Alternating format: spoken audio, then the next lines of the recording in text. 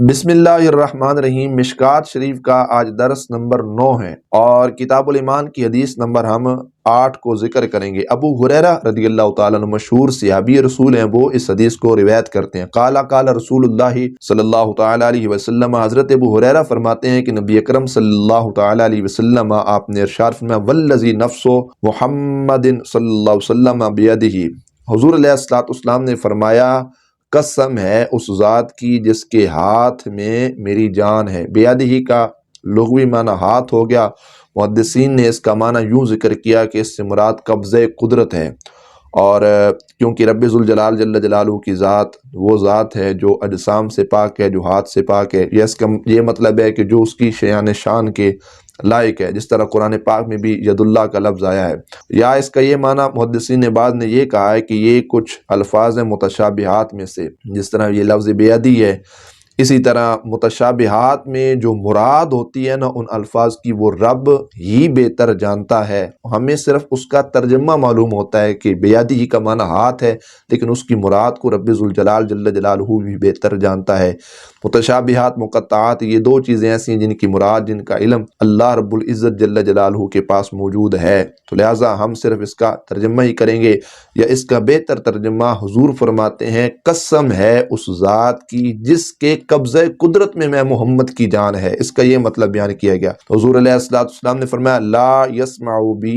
احد من هذه الامت یہودی ولا نصرانی ثم یموت ولم یؤمن بالذی، یا اس کو اس انداز میں پڑھا جائے ولم یؤمن بہ ارسلت بہ الا کان من اصحاب النار۔ حضور علیہ السلام نے فرمایا قسم ہے اس ذات کی جس کے قبضہ قدرت میں محمد کی جان ہے، اس امت میں سے کوئی یہودی یا عیسائی میرا نام سن لے، مطلب ان تک پیغام رسالت پہنچ جائے، پھر ایمان لائے بغیر مر جائے اس پر جو مجھے دے کر بھیجا گیا ہے، مطلب جو چیزیں میرے پاس آئیں اس پر ایمان لائے بغیر وہ مر گئے، یہ کہ وہ دوزخی ہوں گے۔ وہ کبھی بھی ان کا جو ہے ایمان اپنے لحاظ سے، جس انداز میں وہ اپنے ایمان کو یا اپنی نجات کو سمجھتے ہیں، وہ قابل قبول نہیں ہوگا۔ وہ شخص جہنمی ہے، وہ شخص دوزخی ہے۔ اللہ کے محبوب علیہ السلام جب اس دنیا میں تشریف لائے، اعلان نبوت کے بعد حضور علیہ السلام کی نبوت اور رسالت کا جہاں جہاں پیغام پہنچا، ہر شخص کے لیے یہ بات لازم ہے کہ وہ اللہ کے محبوب علیہ السلام کی ذات پر ایمان لائے، مانے اس بات کو کہ آپ اللہ کے سچے رسول ہیں، آپ سچے اللہ کے نبی ہیں، اور جو احکامات اللہ رب العزت کی طرف سے اللہ کے محبوب صلی اللہ علیہ وسلم لے کر آئے ان کو وہ سچا جانے، بجائے اس کے کہ عمل کے اندر تقصیر ہو، کوتاہی ہو، سستی ہو، وہ الگ بات ہے، لیکن ان کو سچا جاننا یہ انتہائی ضروری ہے۔ اور اس میں محدثین نے اختلاف کیے، بعض نے یہ کہا کہ وہ افراد جن تک یہ نبوت اور رسالت کا پیغام ہی نہیں پہنچا ان کا حکم کیا ہے، تو بعض نے یہ کہا کہ صرف پھر ان کے لیے توحید ہی کافی ہو جائے گی ان کی نجات کے لیے، چونکہ ان کے پاس ایک عذر موجود ہے، ان تک پیغام نہیں پہنچا۔ بعض نے اس کی دوسری وجہ یہ بیان کی ہے کہ بروز محشر مسند امام احمد بن حنبل کے حوالہ سے ہے کہ اللہ تبارک و تعالی جل جلالہ ان سے امتحان لے گا۔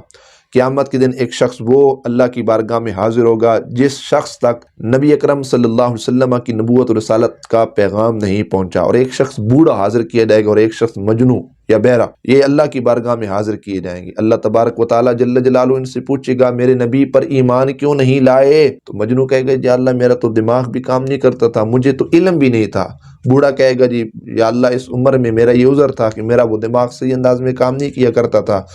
اور جس شخص تک پیغام نہیں پہنچا اس کے پاس تو ایک صراحتاً وہ عذر موجود ہوگا جس کی بنا پر وہ شخص کہے گا کہ مجھ تک تو پیغام ہی نہیں پہنچا۔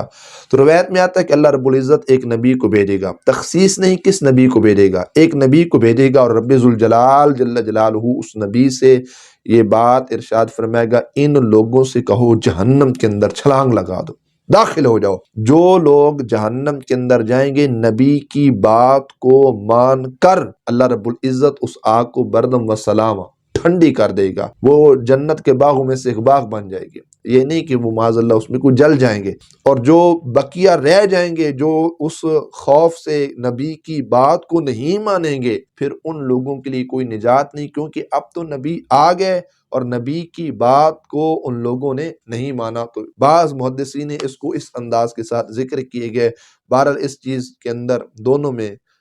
اختلاف رہا ہے، یا تو توحید خالصتاً اس سے مراد لی گئی، یا پھر اس کی یہ جو دوسری وجہ تھی جو میں نے ذکر کی اس کو ہم نے بیان کیا۔ واللہ رسولہ و رسولہ عالم۔ اللہ رب العزت اس حدیث پاک کو عام کرنے کی اور اس کے فیضان سے اللہ ہم سب کو مستفیض فرمائے۔ وآخر دعوانا ان الحمد للہ تعالی رب العالمین۔